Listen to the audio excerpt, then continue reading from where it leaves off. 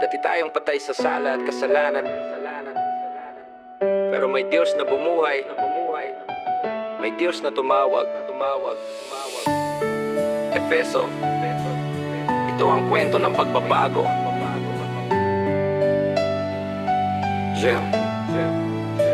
Dati ako'y patay, hindi leeg ang walang hininga, kundi puso kong pagod, buno ng bigat at problema. Lakad ko'y palaboy, walang direksyon, walang saysay, nabubuhay sa kaguluhan. Akala ko'y buhay pero bangkay, nakasunod sa agos ng mundong marumi. Para bang sinisip-sip ng kasalanang malalim, malipin ng pita, galit at maling gawa. Di makita ang bukas dahil nakatali sa sala. Akala ko malaya, pero gapos pala. Akala ko masaya, pero luha ang tala. At doon sa dilim, doon ako nahulog, hanggang sa tinawag niya ako at puso ko'y tumugon.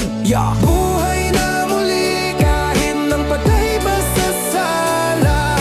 Tinawag niya ako, binigyan ng pag-asa. Buhay na bago, hindi na gaya ng una. Efeso, buhay sa biyaya.